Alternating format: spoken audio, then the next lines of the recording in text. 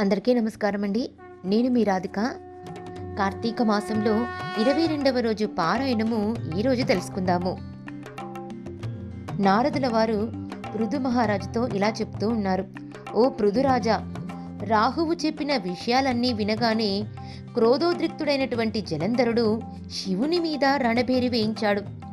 కోట్లాది సేనలతో కైలాసం వైపుకు దండుగా కదిలాడు. ఆ సందర్భంగా జలంధరునికి అగ్రభాగాన ఉన్నటువంటి శుక్రుడు రాహువు చేత చూడబడ్డాడు. తత్ఫలితంగా జలంధరుడి కిరీటం నేలకి పడింది. రాక్షస సేనా విమానాలతో కిక్కిరిసినటువంటి ఆకాశము వర్షాకాలపు మేఘావృతమైనటువంటి ఆకాశం వలె కనిపించసాగింది. అంటే ఆ రాక్షసుల యొక్క విమానాలతో ఆకాశం మొత్తం నిండిపోయిందంట. ఆకాశం మొత్తం నిండిపోయేటప్పటికీ ఆకాశము, మేఘాలు ఇవేవి కూడా కనిపించట్లేదు. మనకు వర్షాకాలంలో ఎట్లనైతే మేఘాలు కమ్ముకుంటే ఇట్లా వాతావరణం అంతా చీకటిగా మారిపోతుందో అట్లా మొత్తం చీకటిగా మారిపోయింది అని చెప్తూ ఉన్నాడనమాట. ఈ రణోద్యోగాన్ని ఎరిగినటువంటి దేవతలు ఇంద్రుణ్ణి ముందట ఉంచుకొని రహస్య మార్గాన శివుడి సన్నిధికి వెళ్ళి యుద్ధ వార్తల్ని విన్నవించారు. అంటే శివుడి దగ్గరికి వెళ్ళి జలంధరుడు శివుడి మీదికి యుద్ధం చేయడానికి వస్తున్నాడు అనేటువంటి విషయాన్ని పరమేశ్వరుడికి విన్నవించారు. ఓ దేవాది దేవ, ఇన్ని నాళ్లుగా వాని వల్ల మేము పడుతున్న కష్టాలు నీకు తెలియను.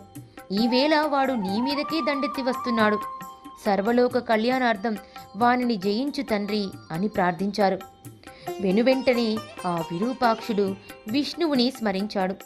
విష్ణువు వచ్చాడు. అప్పుడు శివుడు ఆయనను చూచి, కేశవ, గత జగడంలోనే ఆ జలంధరుడిని జమునిపాలు చెయ్యకపోయావా?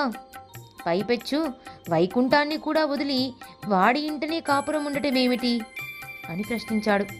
అందుకు జవాబుగా విష్ణువు, పరమేశ్వర, ఆ జలంధరుడు నీ అంశ వలన పుట్టడం చేత, లక్ష్మీకి సోదరుడు కావడం చేత యుద్ధంలో నా చేత వధింపబడలేదు. కాబట్టి నువ్వే వానిని జయించు అని చెప్పాడు. ఆ మీదట శివుడు, ఓ దేవతలారా, వాడు మహాపరాక్రమవంతుడు.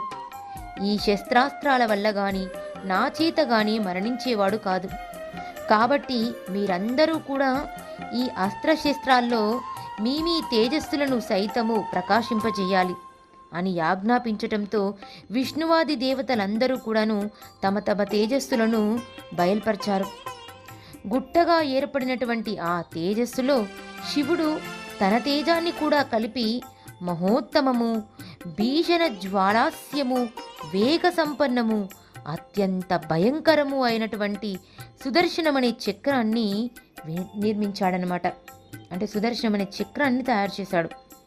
అప్పటికే జలంధరుడు 1,000,000 ఏనుగులు, 1,000,000 గుర్రాలు, 1,000,000 కాల్బలగములతో మొత్తం కైలాస భూములకు చేరినటువంటి జలంధరుని దేవతలు, ప్రమదగణాలు ఒక్కుమ్మడిగా ఎదుర్కొన్నాయి. ఇవన్నీ కూడాను జలంధరుణ్ణి ఎదుర్కొన్నాయి. దేవతలు, ప్రమదగణాలు వీళ్ళందరూ కూడా ఒకటేసారి ఏకదాటిగా కలిసి ఎదుర్కొన్నారన్నమాట. నందీశ్వర, విఘ్నేశ్వర, సుబ్రహ్మణ్యేశ్వరాదులు కూడా తమ తమ గణాలతో సహా జలంధరుని ఎదుర్కొన్నారు. వారిరువురి మధ్య కూడాను భయంకరమైనటువంటి సంకుల సమరం కొనసాగింది. జలంధరుడికి ఉన్ని ఇటు ఈ దేవతల గణాలు ఎవరెవరైతే ఉన్నారో వాళ్ళందరూ నందీశ్వరుడు, విఘ్నేశ్వరుడు, సుబ్రహ్మణ్యేశ్వరుడు వీళ్ళ గణాలు అందరి మధ్యలో కూడాను చాలా పెద్ద సమరం కొనసాగింది. ఇరు పక్షాల నుంచి వచ్చే వీర రస ప్రేరకాలైనటువంటి బేరి అంటే ఆ శబ్దము మృదంగ శంఖాది ధ్వనులతోనూ, రథనేమి ధ్వనులతోనూ, గజ గీంకారాలతోనూ భూమి విపరీతమైన ధ్వనులతో ప్రకంపించసాగింది. అంటే భూమి మొత్తము ఇట్లా ఏమంటారు, షేక్ అవుతుందనమాట. అట్లయిపోయింది అని చెప్తున్నారనమాట. పరస్పర ప్రయోజితాలైన శూల, పట్టిస, తోమర, బాణ, శక్తి, గదాధ్యాయుధ భరితమైనటువంటి ఆకాశము పగలే చుక్కలు పొడిచినట్లుగా ఉంది. యుద్ధ భూమిలో నేలకూలిన రథగజాదుల కళేబరాలు, రెక్కలు తెగిన పర్వతాలు గుట్టలుగా పడి ఉన్నట్లుగా ఉన్నాయి. ఆ మహాహవంలో ప్రమద బాణోపహతులైనటువంటి దైత్యుల్ని శుక్రుడు మృత సంజీవని విద్యతో పునర్జీవింపచేయసాగాడు. ఈ సంగతి ఈశ్వరుని చెవిన పడింది. తక్షణమే ఆయన ముఖం నుంచి కృత్య అనే మహాశక్తి ఆవిర్భవించింది. అది అత్యంత భయంకరమైన తాలు జంఘోదర వక్ర స్తనాలతో మహావృక్షాలను సైతం కూలగొడుతూ రణస్థలిని చేరింది. రావడమే పేరుమోసిన రాక్షసులెందరినో తినేసింది. ఆ కృత్య అనేటువంటి రాక్షసులని తినవేసింది అని చెప్తున్నారు. ఆ ఊపునే శుక్రుని కూడా సమీపించి అతనిని కూడా తన యోనిలో చేర్చుకొని అంతర్ధానమైపోయింది. అతన్ని కూడా మింగేసి కథం అంతర్ధానమైపోయిందంట. మరణించిన వాళ్ళను మళ్ళా బతికించే శుక్రుడు లేకపోవడం వలన ప్రమదగణాల విజృంభణకు రాక్షస సేన మొత్తం తుఫాను గాలికి చెదిరిపోయేటువంటి మప్పుతునకల వల్లే చెల్లా చెదురైపోసాగింది. అందుకు కినిసినటువంటి శుంభ నిశుంభ కాలనేమ్యాది సేనానాయకులు అగణిత శర పరంపరతో శివగణాలను నిరోధింపచేయసాగారు. చక్కటి పంట మీద మిడతల దండులాగా తమ మీద పడే రాక్షస బాణాలకు రక్తసిక్త దేహులై అప్పుడే పూసిన మోదుగ చెట్ల వలె తయారైన శివసేనలన్నీ తిరుగుముఖం పట్టి పారిపోసాగాయి. అది గమనించిన నందీశ్వర, విఘ్నేశ్వర, సుబ్రహ్మణ్యేశ్వరులు ఆగ్రహావేశులై రాక్షస సేనల మీదకు విజృంభించారు. నందీశ్వరుడు కాలనేమితోనూ, విఘ్నేశ్వరుడు శుంభుడితోనూ, కుమారస్వామి నిశుంభుడితోనూ ద్వంద్వ యుద్ధానికి తలపడ్డారు. నిశుంభుడి బాణఘాతానికి సుబ్రహ్మణ్య స్వామి వాహనమైనటువంటి నెమలి మూర్ఛపోయింది. నందీశ్వరుడు తన బాణ పరంపరతో కాలనేమి యొక్క గుర్రాలను, జెండాను, ధనస్సును, సారథిని నాశనం చేసేశాడు. అందుకు కోపించిన శుంభుడు విఘ్నేశ్వరుడి వాహనమైన ఎలుకని బాణంతో బాధించాడు. అది కదలలేని పరిస్థితి ఏర్పడటంతో వినాయకుడు గండ్రగుడ్డలని ధరించి కాలినడకననే శుంభుని వద్దకు చేరి వాని వక్షస్థలాన్ని గాఢనేశాడు. వాడు భూమిపై పడిపోయాడు. అది గమనించిన కాలనేమి నిశుంభులు ఇద్దరూ కూడాను ఒకేసారిగా గణపతితో కలియబడ్డారు.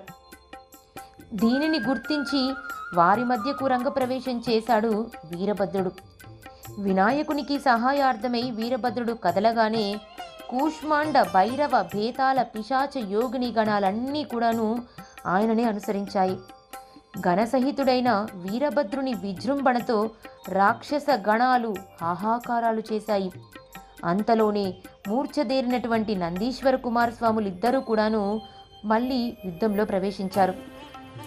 వాళ్ళందరి విజృంభణతోనూ వీగిపోతున్న తన బలాన్ని చూసినటువంటి జలంధరుడు, అంటే వాళ్ళందరూ ఒకటేసారి వాళ్ళ మీద, అంటే ఆ రాక్షస సేనల మీద పడిపోయేటప్పటికీ ఆ రాక్షసులందరూ కూడాను చనిపోతూ ఉన్నారు. వాళ్ళకున్న బలమంతా కూడాను క్షీణించిపోతుంది. అది చూసినటువంటి జలంధరుడు అతి అనే పతాకం గల రథంపై వచ్చి ఈ సమస్త గణాలను ఎదుర్కొన్నాడు. జలంధరుడి బాణాలతో భూమి ఆకాశాల మధ్య ప్రాంతమంతా నిండిపోయింది. 5 బాణాలతో విఘ్నేశ్వరుడిని, 9 బాణాలతో నందీశ్వరుడిని, 20 బాణాలతో వీరభద్రుడిని కొట్టి మూర్ఛ పోగొట్టి భీషణమైన సింహ గర్జన చేశాడు జలంధరుడు. వాడి గర్జనతో ముందుగా స్పృహలోనికి వచ్చిన వీరభద్రుడు 7 బాణాలతో జలంధరుడి గుర్రాలన్నీ, పతాకాన్ని, గొడుగును నరికివేశాడు. మరో 3 బాణాలు అతని గుండెలలో గుచ్చుకునేలా వేశాడు. దానితో మండిపడిన జలంధరుడు పరిఘ అనే ఆయుధంతో వీరభద్రుని ఎదుర్కొన్నాడు. అద్భుతమైన యుద్ధం చేశారు వాళ్ళిద్దరూ కూడాను.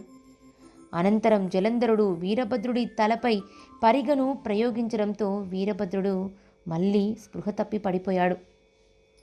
ఇలా 22వ రోజు పారాయణాన్ని నారదుల వారు ముగించారు. 23వ రోజు పారాయణంతో మళ్ళీ కలుసుకుందాము. ఈ వీడియో కనుక మీకు నచ్చినట్లయితే లైక్ చేయండి, షేర్ చేయండి. ఇంకా ఎవరైనా నా ఛానల్ని సబ్స్క్రైబ్ చేసుకునే వాళ్ళు ఉంటే వెంటనే సబ్స్క్రైబ్ చేసుకోండి.